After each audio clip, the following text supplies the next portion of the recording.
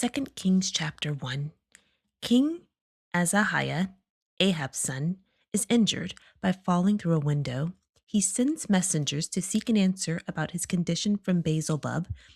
An angel tells Elijah to ask the messengers if they seek an answer from Baal-zebub because there is no God in Israel. Elijah also communicates that Azahiah will die. Azahiah is so angry, he sends 100 men to Elijah, who calls down an all-consuming fire onto the men. Azahiah dies. King Jehoram, Azahiah's brother, rules Israel next. 2 Kings chapter 2. We learn in verse 1 that God intends to take Elijah by whirlwind. He travels with Elisha to 3 locations, though Elijah suggests that he leave. The sons of prophets in Bethel and Jericho confirm that Elijah will be taken. Elijah parts the Jordan, walks with Elisha, and manifests healing of the land and waters. After Elijah is taken, a group of children tease Elisha for his bald head. Elisha curses the children, and 2 female bears tear 42 children apart. 2 Kings chapter 3. The nation of Moab has been producing livestock for Israel. They stop after King Ahab dies. King Jehoram bands with King Jehoshaphat of Judah and the unnamed king of Edom. They get advice from Elijah, who says they will be successful against Moab. Israel slaughters Moab and destroys their land. The king of Moab sacrifices his son, which incites wrath against Israel. Israel returns home. 2 Kings chapter 4. An impoverished widow seeks the advice of Elisha. An unnamed wealthy woman allows Elisha and his servant to lodge in her home with her husband. Elisha prophesies that she will have a son. Sometime later, the boy gets sick and dies. The unnamed wealthy woman calls on Elijah, who manifests healing onto the boy. The sons of prophets makes a stew with an unknown plant.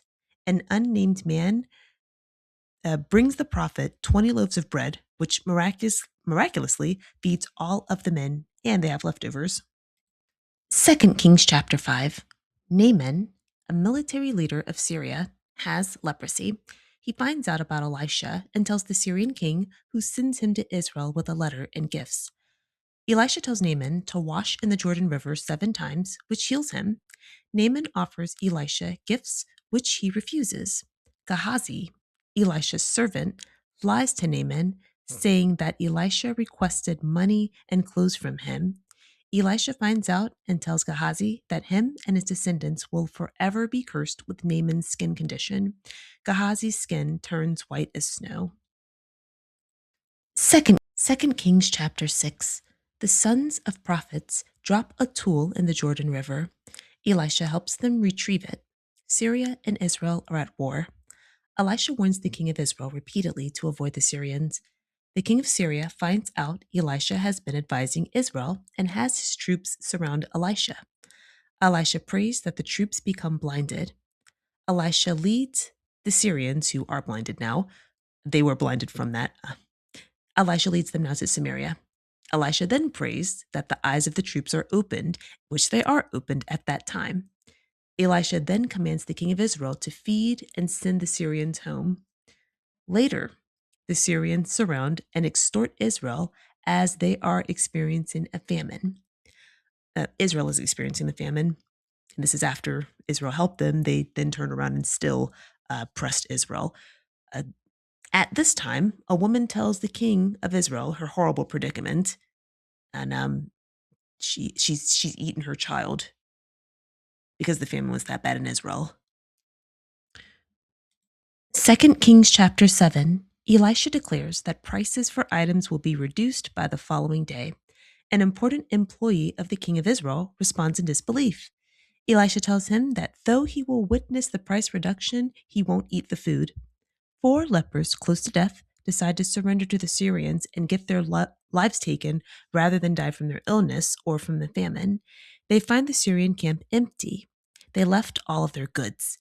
We learn God made the camp here a great military, which scared them away. The prices for items were immediately reduced, and the man who doubted Elisha's word was trampled by the city entrance.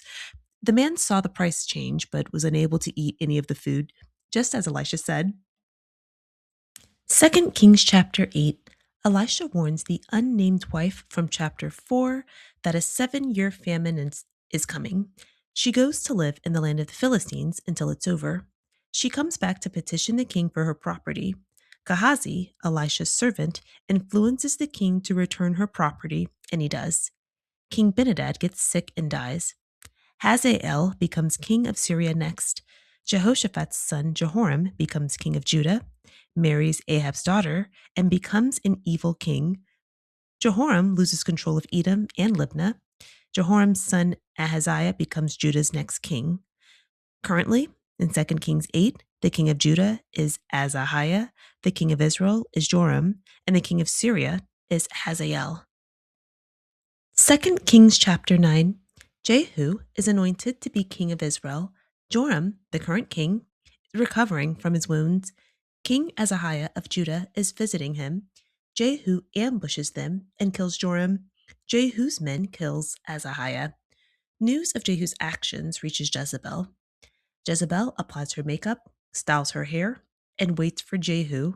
When he arrives, she calls him a murderer. Jehu commands the eunuchs around her to throw her out of the window, and they do. Jehu commands his men to bury Jezebel because she is the daughter of royalty. There were barely any remains to bury. 2 Kings chapter 10. After Jehu is anointed to be king, he enacts a bloody campaign in Samaria, Israel, and Jezreel. He orders the deaths of Ahab's 70 sons, then kills 42 of the men who killed Ahab's sons. Jehu then organizes a fake event in honor of Baal to get each worshiper into one location. Then Jehu orders his guards to slaughter the people in the temple. Jehu destroys Baal out of Israel. God speaks to Jehu and says his lineage will rule Israel until the 4th generation for his actions. What Jehu did was already prophesied.